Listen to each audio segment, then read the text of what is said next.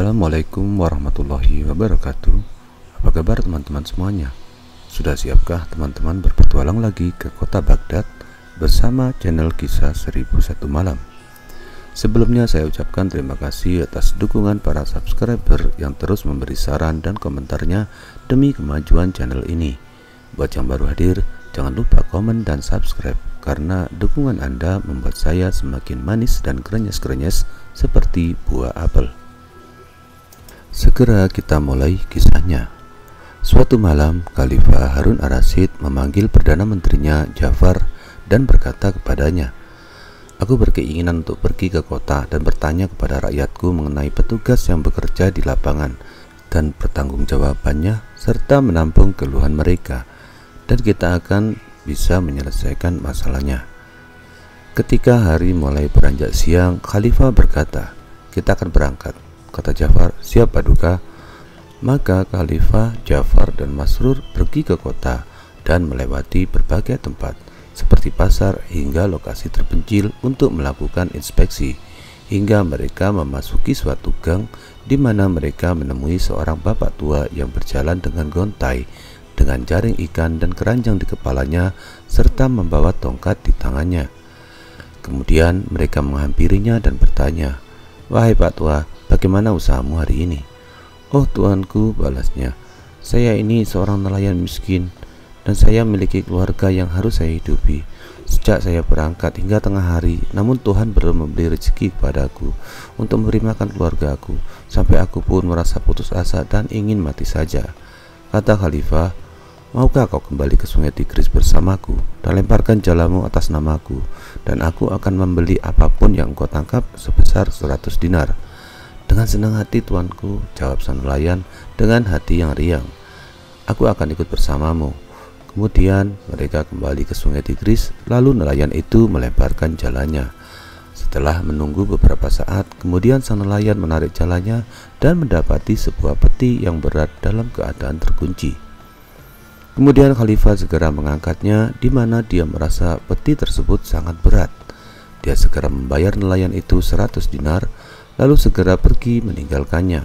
Sementara Masrur membawa peti itu ke istana, di mana dia meletakkan di hadapan Khalifah setelah sebelumnya dia menyalakan lilin untuk penerangan. Kemudian Ja'far dan Masrur membuka peti itu dan menemukan di dalamnya sekeranjang daun palem yang dijahit dengan kain wol merah. Lalu mereka membuka jahitan itu dengan cara memotongnya dan menemukan sesuatu yang dibungkus dengan karpet. Di dalam gulungan karpet tersebut terdapat kerudung seorang wanita muda, dan di dalamnya ditemukan potongan-potongan tubuh. Ada sebagian tangan yang dihiasi dengan gerang perak. Saat Khalifah menyaksikan pemandangan ini, dia jadi sangat marah dan merasa dilecehkan. Air mata mengalir di pipinya, lalu dia berpaling pada Ja'far dan berkata, "Ini sungguh keterlaluan. Bagaimana bisa ada orang yang dibunuh di ibu kotaku dan dibuang di sungaiku? Mana aku yang bertanggung jawab nanti atas kematian mereka pada hari penghakiman nanti? Aku harus membalaskan dendam wanita ini dan memastikan pembunuhnya mati tanpa ampun. Dan aku sebagai keturunan dari Bani Abbas memerintahkanmu, cari pembunuh itu sampai dapat, supaya aku bisa mengadili dan menghukumnya. Jika kamu tidak berhasil mendapatkannya, maka aku akan yang menggantungmu beserta 40 kerabatmu di gerbang istanaku." "Beri aku waktu 3 hari, jawab Ja'far, dan Khalifah membalas, "Baiklah, aku beri waktu kamu 3 hari. Maka Ja'far segera pergi dari hadapan Khalifah dan pulang ke rumahnya dengan perasaan sedih dan berkata dalam hati, "Bagaimana bisa aku menemukan pembunuh gadis itu lalu membawanya ke hadapan Khalifah? Sementara jika aku membawa orang yang salah, itu akan menjadi tanggung jawabku di hadapan Allah." Kemudian Ja'far hanya berdiam diri selama 3 hari hingga tibalah hari keempat, di mana Khalifah mengirim salah satu pengawalnya. Setelah Ja'far beserta pengawal menghadap Khalifah, lalu berkata kepadanya, "Mana pembunuh gadis itu?" "Ya Amirul Mukminin," jawab wazir, "memangnya saya ini seorang inspektur dari kasus pembunuhan. Bagaimana mungkin aku bisa mencari pembunuhnya?" Mendengar jawaban Ja'far, Khalifah jadi sangat marah dan menyuruh pengawalnya untuk segera menggantungnya di depan gerbang istana dan memintanya untuk membuat pengumuman di sepanjang jalan di kota Baghdad yang berisi "Saksikan eksekusi gantung Ja'far al-Barmaki, wazir sang Khalifah, beserta 40 kerabatnya depan gerbang istana Khalifah." Kemudian warga dari berbagai penjuru berbondong-bondong datang untuk menyaksikan proses eksekusi Ja'far dan kerabatnya tanpa mengetahui alasannya. Kemudian pengawal segera menyiapkan tiang gantungan dan menyuruh Ja'far dan kerabatnya untuk bersiap, sementara Al-Qujo menunggu isyarat Khalifah untuk eksekusi. Warga menangis atas hukuman terhadap Ja'far dan kerabatnya, sampai kemudian terlihat seorang pemuda yang tampan berpakaian rapi dengan muka yang bersinar berusaha menerobos di antara kerumunan, hingga dia berhasil maju ke depan Ja'far dan berkata kepadanya, "Aku datang untuk membebaskanmu dari hukuman ini, wahai tuanku. Sebenarnya akulah pembunuh wanita yang engkau temukan di dalam peti itu, maka gantunglah aku dan berlakulah adil terhadapku." Saat Ja'far mendengar penuturan pemuda itu, dia merasa lega atas keselamatannya dan keluarganya. Namun dia merasa iba kepada pemuda itu, dan saat mereka sedang berbincang-bincang, muncul lagi seorang pria yang jauh lebih tua yang berhasil menerobos kerumunan sampai berhasil maju di hadapan Ja'far dan pemuda itu. Kemudian dia memberi salam kepada mereka dan berkata, "Wahai wazir dan paduka yang mulia, jangan dengarkan apa yang anak muda ini katakan. Akulah sebenarnya yang membunuh gadis itu. Maka balaskan dendamnya padaku atau aku akan menuntutmu nanti di hadapan Allah yang maha tinggi." Sang pemuda berkata, "Orang tua ini terlalu lembut, dia tidak tahu apa yang dia katakan. Akulah ya pembunuh yang sebenarnya, maka segera gantung aku." "Wahai anak muda, kau masih muda dan menginginkan hal-hal duniawi, sedangkan aku sudah lelah dengan dunia. Biar aku yang menebusmu, wazir serta saudaranya, dengan nyawaku. Akulah pembunuh sebenarnya, segera gantung aku." Sang wazir sangat heran atas apa yang terjadi di hadapannya, kemudian membawa mereka berdua ke hadapan sang Khalifah dan berkata kepadanya, "Ya Amirul Mukminin, aku membawakanmu pembunuh gadis itu." "Yang mana pembunuhnya?" tanya Khalifah. Dan Ja'far menjawab, "Pemuda ini mengatakan dia yang membunuhnya, tetapi orang tua ini berbohong dan menegaskan bahwa dialah yang membunuh gadis itu." "Silakan paduka tanyai mereka lebih lanjut." Khalifah memandangi mereka dan bertanya, "Siapa di antara kalian yang membunuh gadis itu?" Pemuda dan orang tua itu serentak menjawab, "Saya paduka." Kemudian Khalifah berkata kepada Ja'far, "Gantung mereka berdua." Kemudian Ja'far menjawab, "Jika salah satu dari mereka adalah pembunuhnya, maka menggantung yang lain tidaklah adil. Demi Allah, akulah yang membunuh gadis itu," teriak pemuda itu. Lalu dia menjelaskan secara rinci keadaan wanita itu dan bagaimana mereka menemukan tubuhnya, sehingga Khalifah memutuskan bahwa pemuda inilah pembunuhnya. Lalu bertanya kepadanya, "Mengapa kau membunuh gadis itu dan kamu mau mengakui kejahatanmu, padahal tidak ada yang memaksamu?" Jawab pemuda itu, "Ketahuilah ya Amirul Mukminin, gadis itu adalah istri saya dan anak perempuan dari lelaki tua ini, di mana dia adalah paman saya, dan dia masih gadis saat saya menikahinya. Tuhan memberkati saya dengan 3 anak laki-laki. Dia sangat mencintai dan melayani saya. Begitu juga sebaliknya, saya pun juga menyayanginya, dan saya tidak melihat ada tanda niat jahat dari dalam dirinya.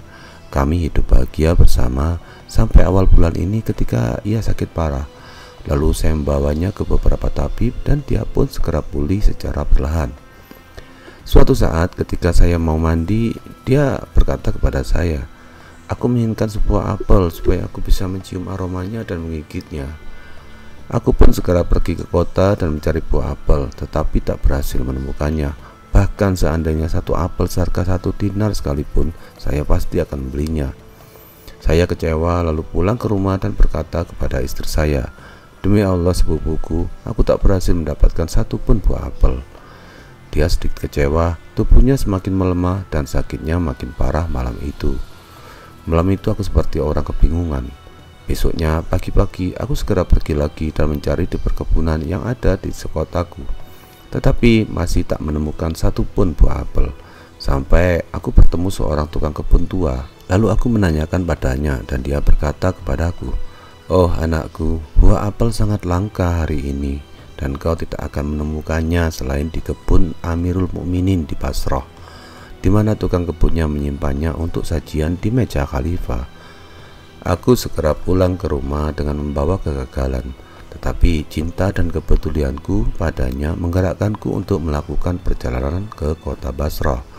Maka saya segera berangkat dan melakukan perjalanan ke kota Basrah dan membeli 3 buah apel pada tukang kebun di sana sebesar 3 dinar, di mana setelah saya berhasil mendapatkannya, saya segera kembali pulang ke kota Baghdad setelah saya meninggalkan rumah selama 15 hari pulang pergi.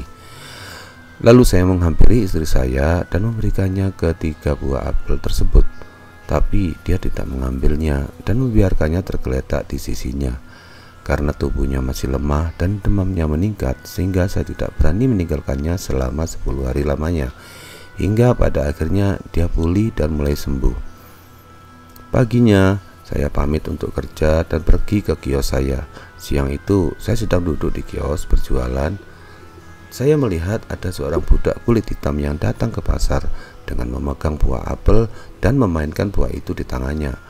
Maka saya memanggilnya dan bertanya, "Hai kawan, beritahu saya dari mana kau dapatkan apel itu agar aku bisa membelinya." Dia tertawa dan menjawab, "Saya diberi majikan saya karena saya habis libur."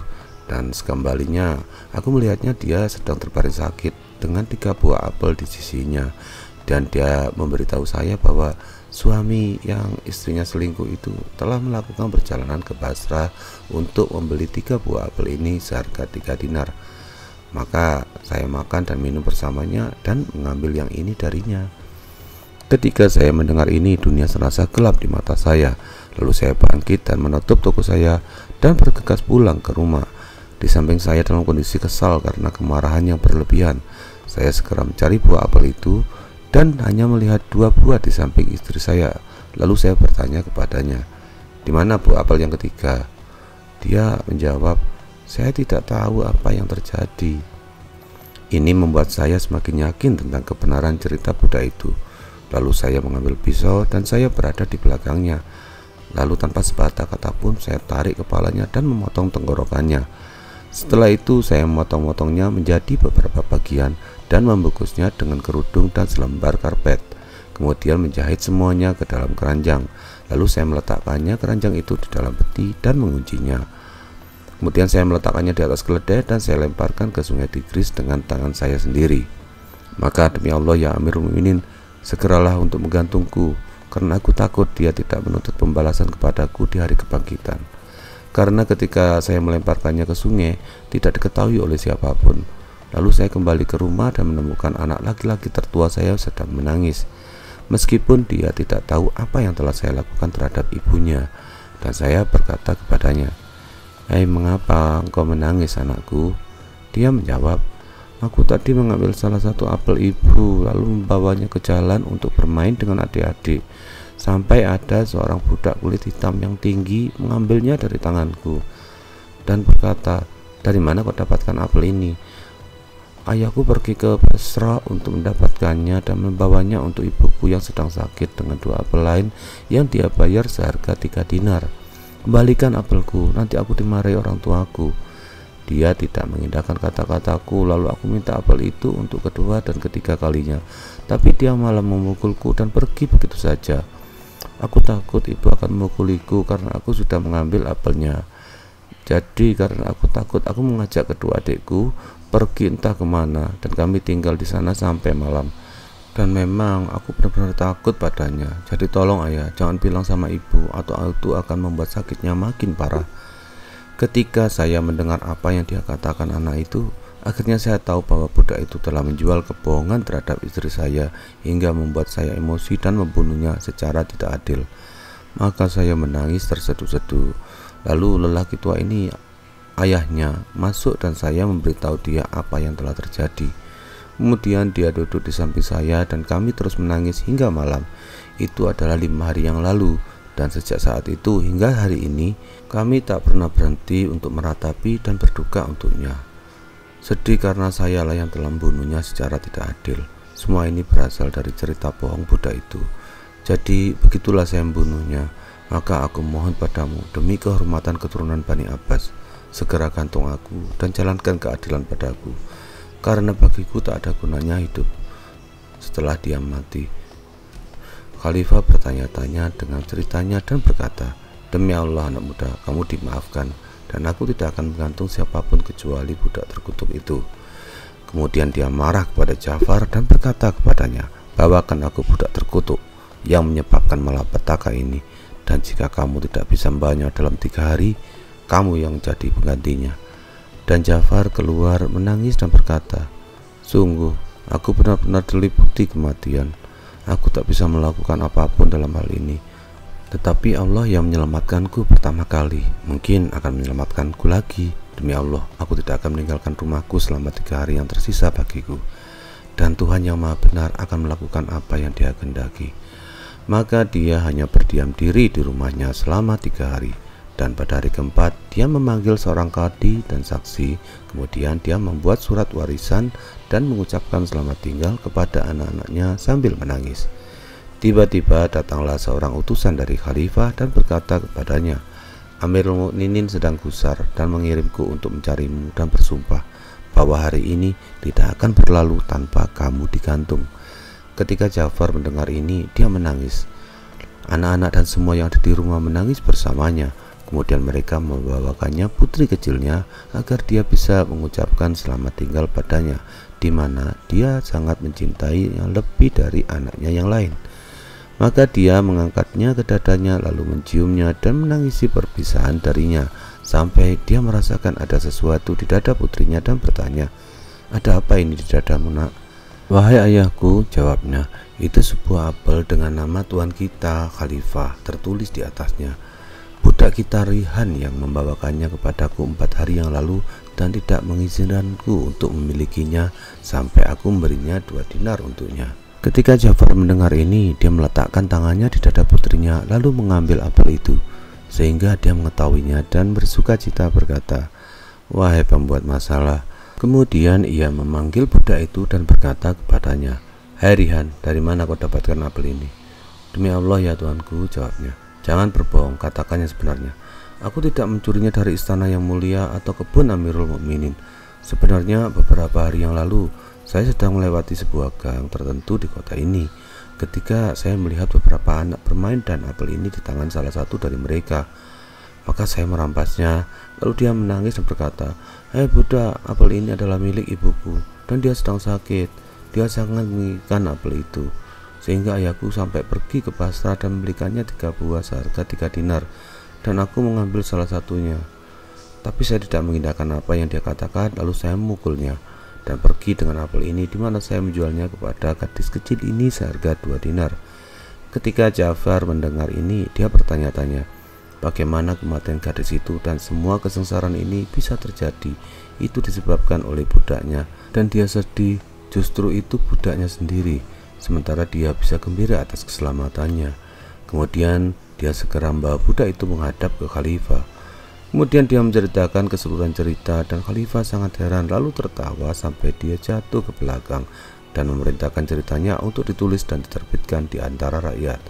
Kemudian kata Ja'far, ya Amirul Mukminin, jangan heran dengan cerita ini, karena ini tidak lebih menakjubkan dari cerita Nuruddin Ali dari Kairo dan putranya Badruddin Hasan. Bagaimana itu? Tanya Khalifah. Dan bagaimana bisa cerita itu lebih menakjubkan dari cerita ini? Ya Amirul Mukminin, jawab Ja'far, aku tidak akan menceritakannya kepadamu kecuali engkau mengampuni budakku. Kata Khalifah, jika ceritamu memang lebih luar biasa dari kisah dari 3 apel ini, aku akan memberimu nyawa budakmu. Tapi jika tidak, aku akan mengantungnya. Ketahuilah ya Amirul Mukminin, begini ceritanya.